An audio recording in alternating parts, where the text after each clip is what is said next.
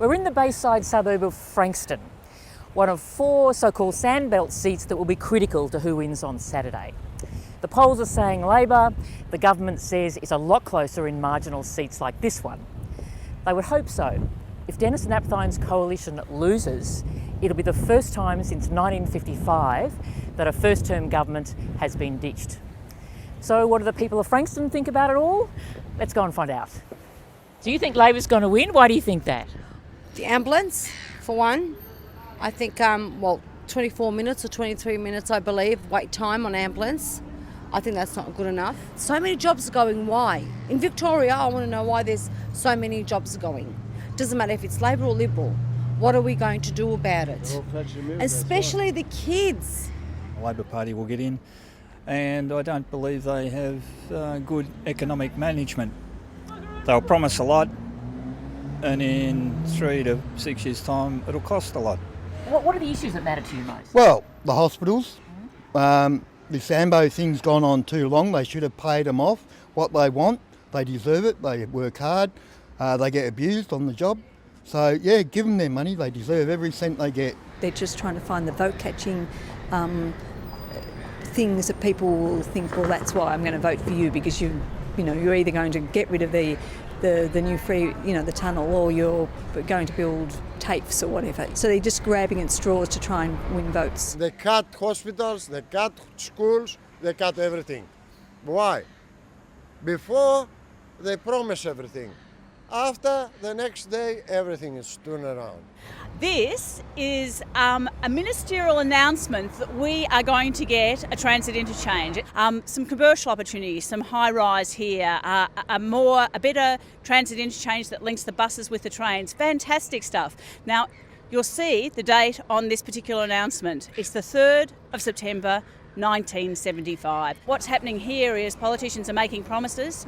Then they're not rolling up their sleeves and seeing if those promises are delivered. The state government wants to rule from Spring Street rather than work with local communities and hear what our problems are and listen carefully to what our local problems are. Thousands of Victorians have already voted, and here we are at the Frankston pre-poll booth where we bumped into the maverick Jeff Shaw, the Liberal turned independent who has caused so much trouble for the government. The other 2 candidates are groomed for party politics. I'm not groomed for party politics, I'm groomed for Frankston. Who's going to win, do you think? I think you've got a choice of dumb and dumber. I think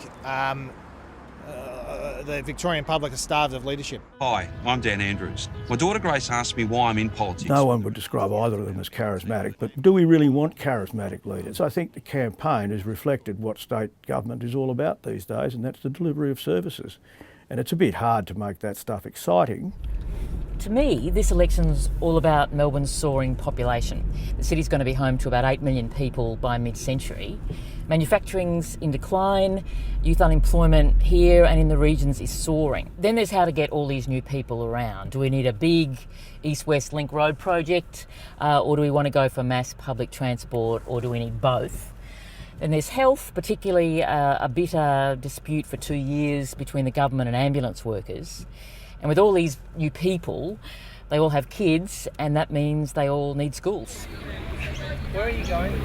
Now, John, both parties have promised hundreds of millions of dollars to fix up crumbling schools, old schools yes. that are run down. I mean, what's the issue with that? Well, there are many schools who really need those funds, and our school is one of them. We have some of our buildings, in fact, well over 50% of our buildings are over 40 years old, and they haven't had any sort of refurbishment or renovation in that 40-year period time. Also, most of our buildings have asbestos, and that is a real issue, and we have to have stickers on the buildings telling the public that they are full of asbestos, which isn't a great way of promoting your school to the community. So I think for many schools it's very true that funds are well overdue. Some people may be uninspired by this election, but there are some groups who are more active than ever. They say they've given up lobbying political parties and they're going straight to the people. So Environment Victoria and Get Up have been running an election campaign down here. We've been working Here, we opened the hub about 6 months ago, but really we've been working deeply here for about 2 years. We got to the stage after the 2010 election when the coalition government was voted in and made a string of really destructive attacks on the environment. So they walked away from an agreement to start the closure of our dirtiest coal-fired power stations. They scrapped the state pollution reduction target. They introduced development into national parks.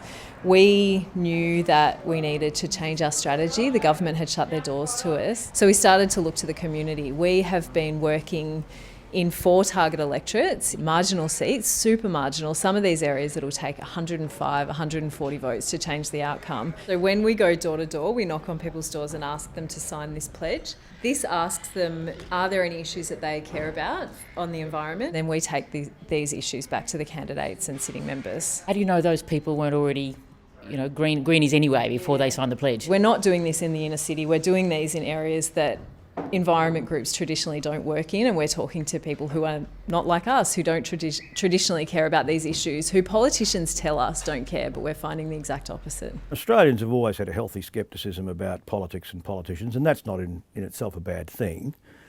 I think, however, it's getting a bit to a tipping point where it's starting perhaps to erode confidence in the entire process. I think the politicians should think about this.